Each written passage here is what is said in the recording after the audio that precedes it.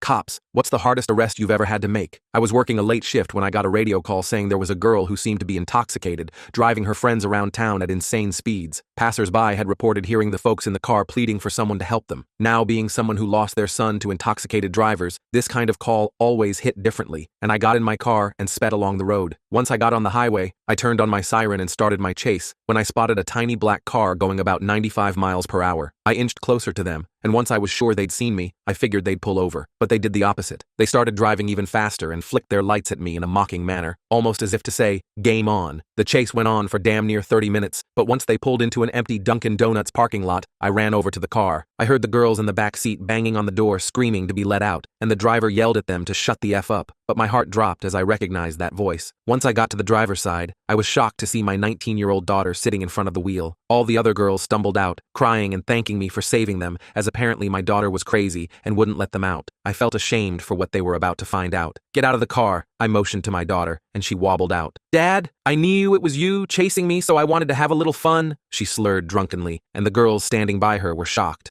That's your dad?" they asked, pointing at me. "Ladies, I am, but I take my job seriously," I said, before telling my daughter to walk in a straight line. She couldn't even do that, so I immediately handcuffed her and sat her in the back of the police car. She started crying, begging me to let her go, but I glared at her intently and said, "I'm ashamed to call you my daughter right now," before taking her to the precinct.